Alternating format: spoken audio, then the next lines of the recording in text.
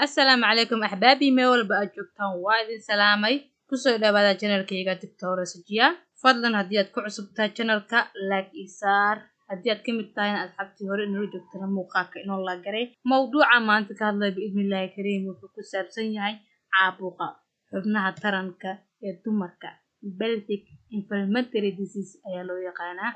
إن شاء الله هدين جذو قال المقال كينا ما أنت عابوقا كدعة حبناها ترنكا إيه هوينكا ayaa mid inta badan lagu arko goobaha caafimaadka astaamaha lagu arko waxaa ka mid ah kow xanuun laga dareemo qaybta hoose ee umucda labo dheecaan urkiisu hormuun yahay oo laga arko saxaha ama fajeenaha saddex waqtiga caadada oo isbedbedesha afar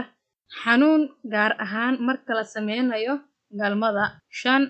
xanuun ay dareento haweeneydu marka ay kaadinayso lix matag iyo qandho waa ku mahadsan tahay daawashada muuqaalkani fadlan muuqaalka inoo la kare una share garee qaar ka mid ah asxaabtaada